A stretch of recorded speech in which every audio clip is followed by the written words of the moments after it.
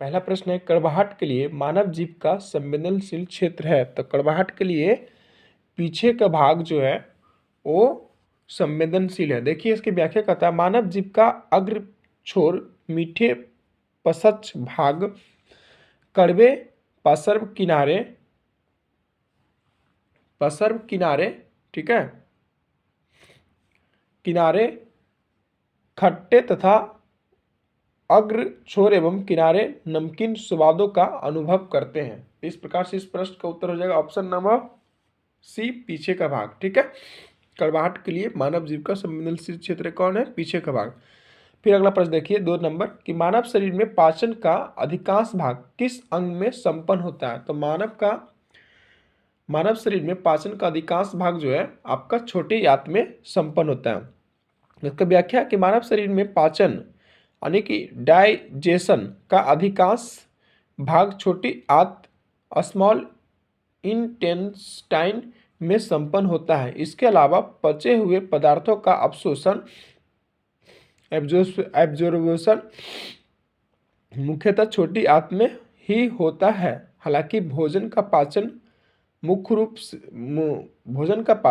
मनुष्य में मुंह से प्रारंभ होकर बड़ी आंत लार्ज इंटेस्टाइन तक चलता रहता है। ठीक है, अगला प्रश्न देखिए कि मनुष्य की मुख्य गुहा में निम्न में से किसका पाचन प्रारंभ होता है? तो मनुष्य की मुख्य गुहा में किसका पाचन प्रारंभ होता है?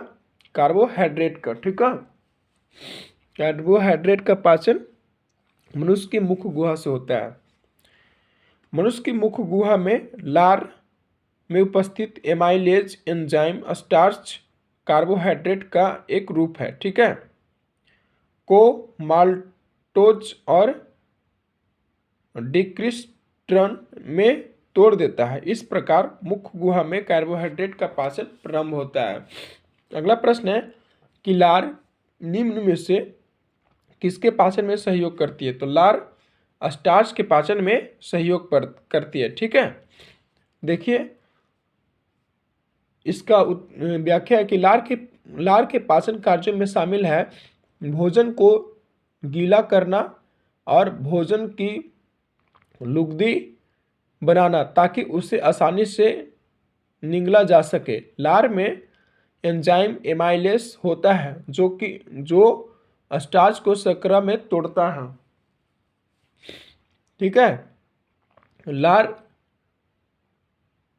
में लाइसोसेम नामक एंजाइम भी होता है जो भोजन के साथ आए हुए जीवाणुओं को नष्ट करने में सहायक होता है। ठीक है, इस प्रकार से इसका उत्तर हो जाएगा option number A, starch.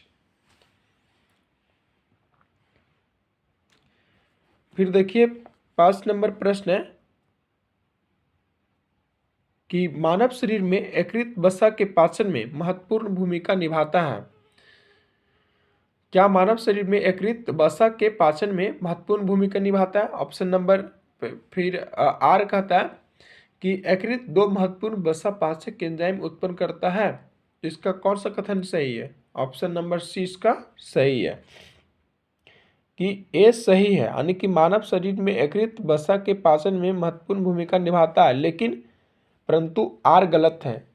Are गलत कैसे कि यकृत 2 महत्वपूर्ण वसा पाचक एंजाइम उत्पन्न करता है, ऐसा नहीं है। ठीक है, 2 महत्वपूर्ण पाचक एंजाइम उत्पन्न नहीं करता है। ठीक है,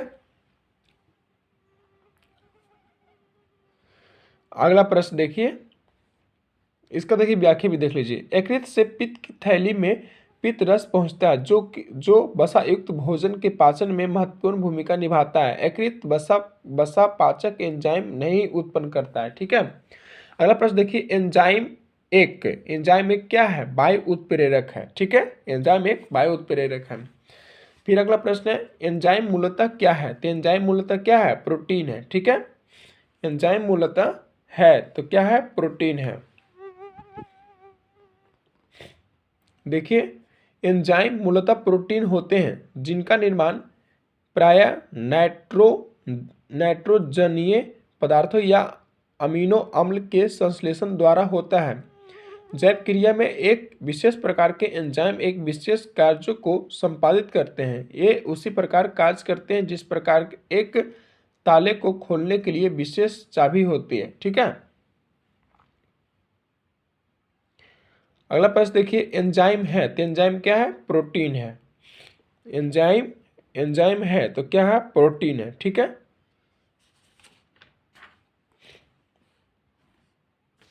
यहाँ पे है।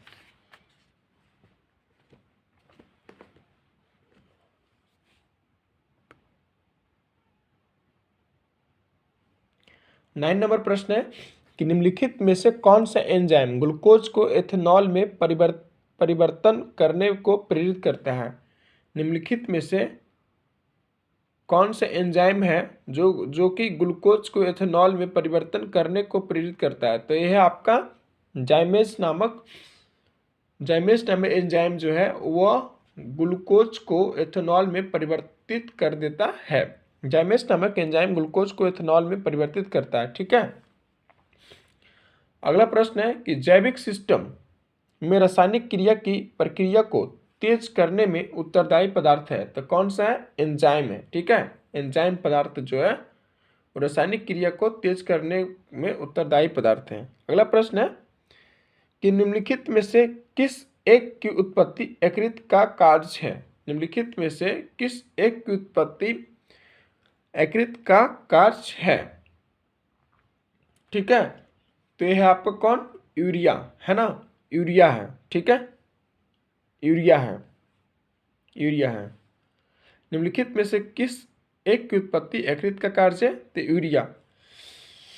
यूरिया यानी लीवर, सॉरी यकृत यानी लीवर मानव शरीर की सबसे बड़ी ग्रंथि है। यह उदर गुहा में तंतु पट्ट अर्थात डायफ्राम के ठीक नीचे आंत्र योजनी अर्थात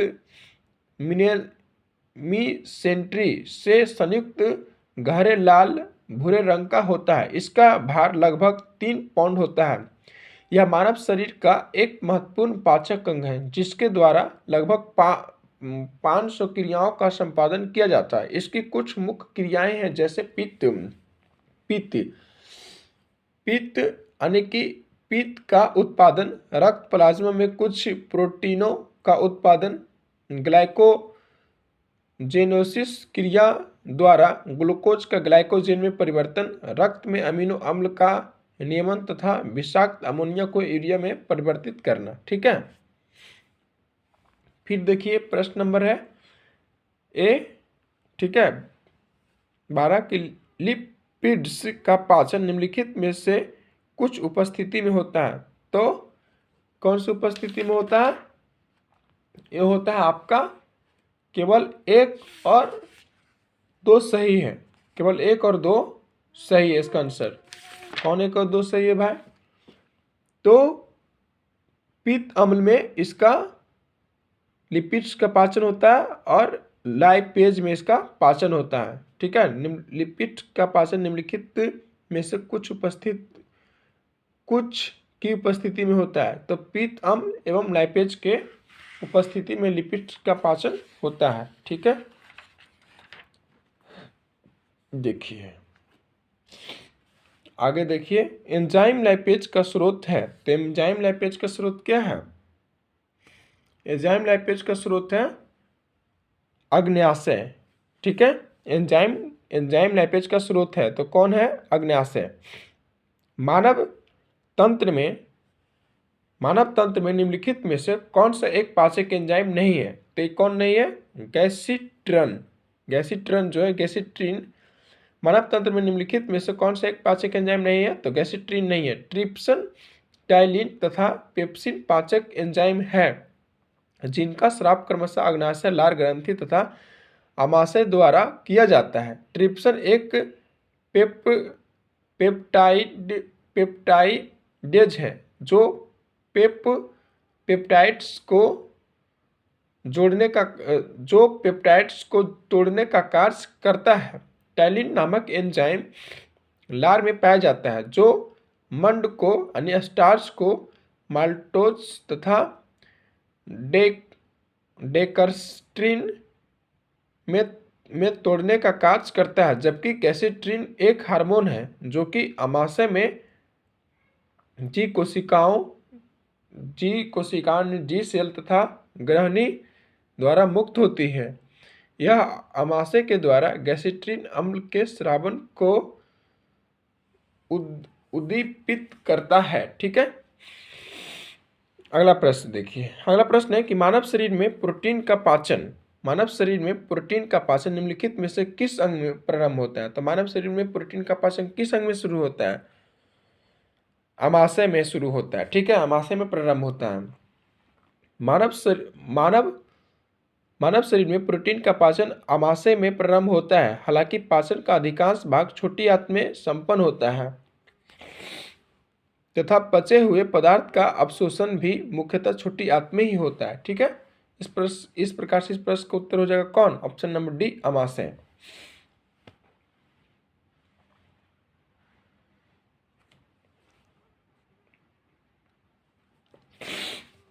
देखिए, कथन है कि हमारे आहार में सभी प्रोटीनों का पाचन केवल क्षुद्रांत में होता है। ठीक है, अब फिर कारण है इसका, अग्नाशय से प्रोटीनों का पाचन करने वाली एंजाइम को क्षुद्रांत में छोड़ा जाता है।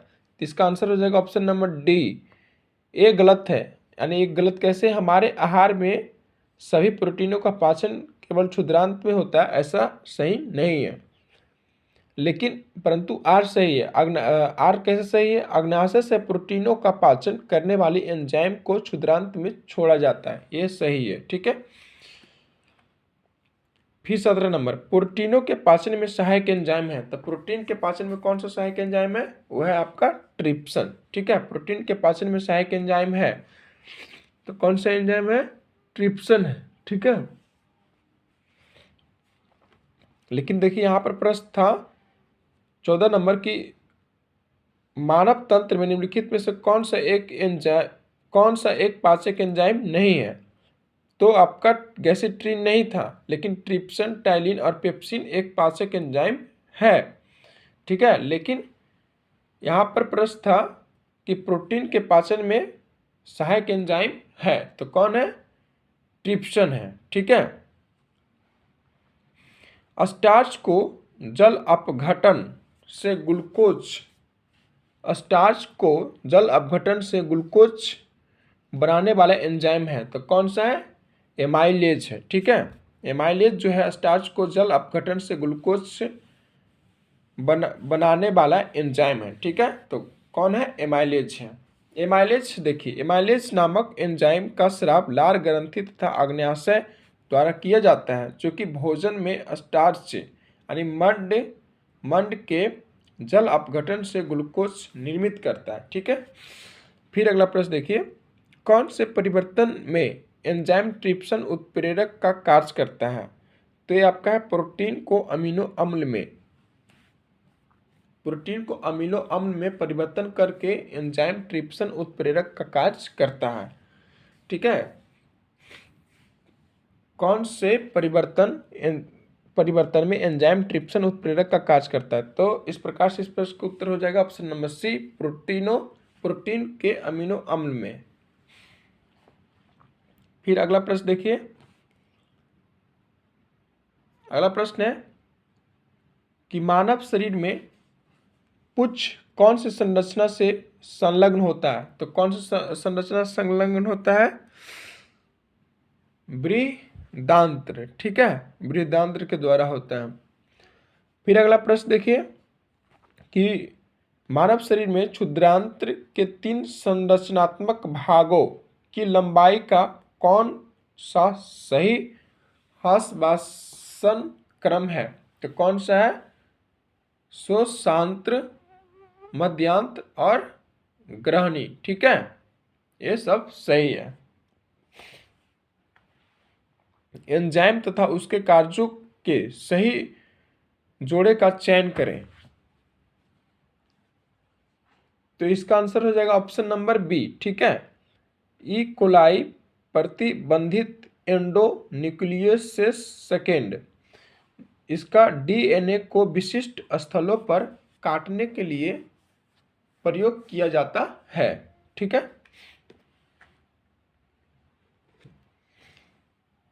अगला प्रश्न देखिए कि निम्नलिखित में से कौन सा लार की सहायता से पच जाता है। निम्नलिखित में से कौन सा लार की सहायता से पच जाता है, तो है आपका स्टार्च। स्टार्च जो है लार की सहायता से पच जाता है। फिर नीचे दो कथन दिए गए हैं। पहला कथन है, कथन ए में कि मानव शरीर सेलुलोज के पाचन में असक्षम है। कथन आर में कि मानव शरीर में स्टार्च अपघटक एंजाइम डायस्टेज विद्यमान रहता है। इसका सही उत्तर ऑप्शन नंबर बी।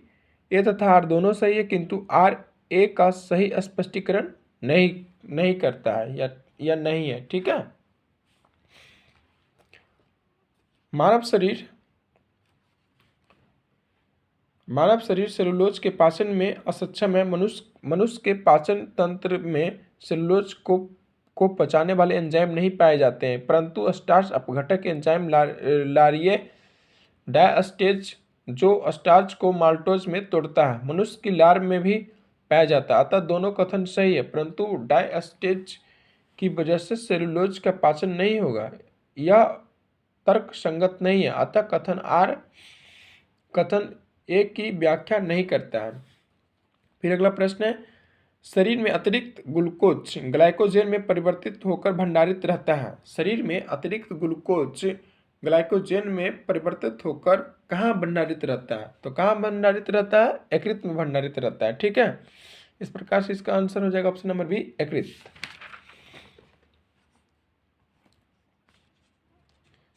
फिर आगे प्रश्न देखिए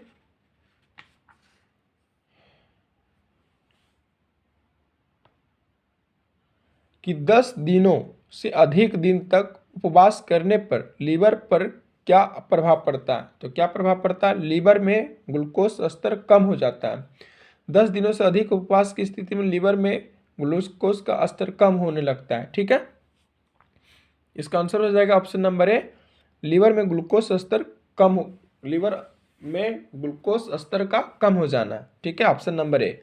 यकृत एवं मांसपेशियों में ऊर्जा जमा होती है। यकृत एवं मांसपेशियों में ऊर्जा जमा कहाँ होती है, तो कहाँ होती है, ग्लाइकोजेन के रूप में होती है। यकृत एवं मांसपेशियों में ऊर्जा जमा होती है, किस रूप में होती है, तो ग्लाइकोजेन के रूप में होती है। ठीक है, अगला प्रश्न देखिए, मानव शरीर की सबसे बड़ी ग्रंथि कौन सी होती है, तो मानव शरीर की सबसे बड़ी ग्रंथि कौन सी होती है, यकृत होती है। ठीक है, मानव शरीर की सबसे बड़ी ग्रंथि कौन सी होती है, यकृत। Option number A is the right answer of this question. मानव शरीर में सबसे बड़ी ग्रंथि है, तो मानव शरीर में सबसे बड़ी ग्रंथि कौन सा है, यकृत है ना, यकृत है। आगे देखिए,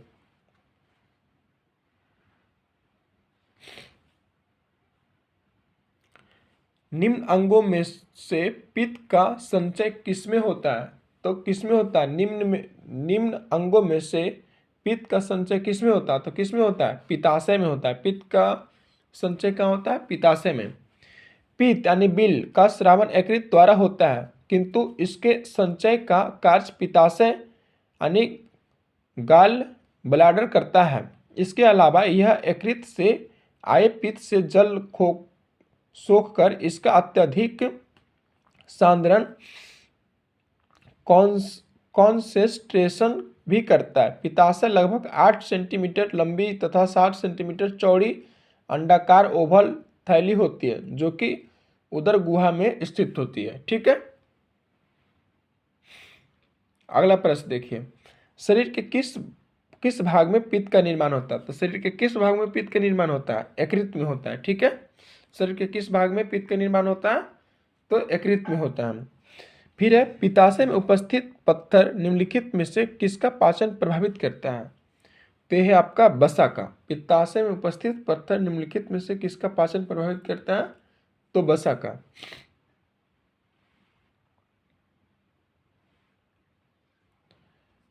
सामान्य मानव के संदर्भ में निम्न कथनों पर विचार कीजिए। पहला कथन है कि HCl की मौजूदगी यानी कि हाइड्रोक्लोरिक अम्ल HCl जिसको शॉर्ट में कहते हैं, HCl की मौजूदगी मौजूदगी की अनुक्रिया के रूप में ग्रहणी से सेक्रेटिन उत्पन्न होती है। दूसरा नंबर है कथन कि बसीय अम्लों की मौजूदगी की अनुक्रिया के रूप में क्षुद्रांश से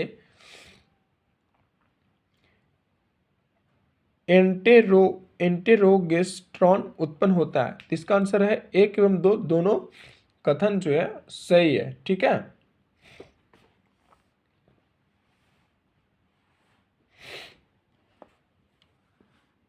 फिर आगे प्रश्न है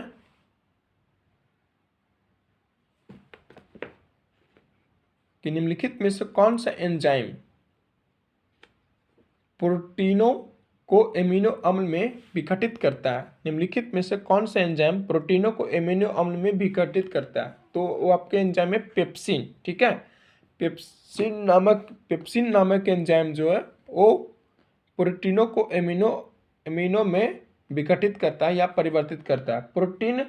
प्रोटीनों का पाचन अमाशय में प्रारंभ होता है। अमाशय में पेप्सिन नामक एंजाइम प्रोटीनों को छोटे पॉलीपेप्टाइड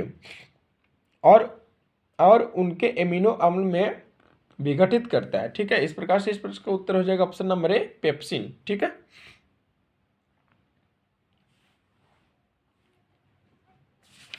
एक प्रश्न देखिए यहाँ पे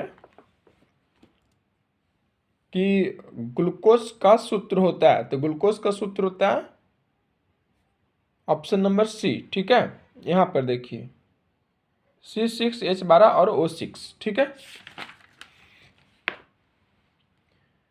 बाकी एक प्रश्न है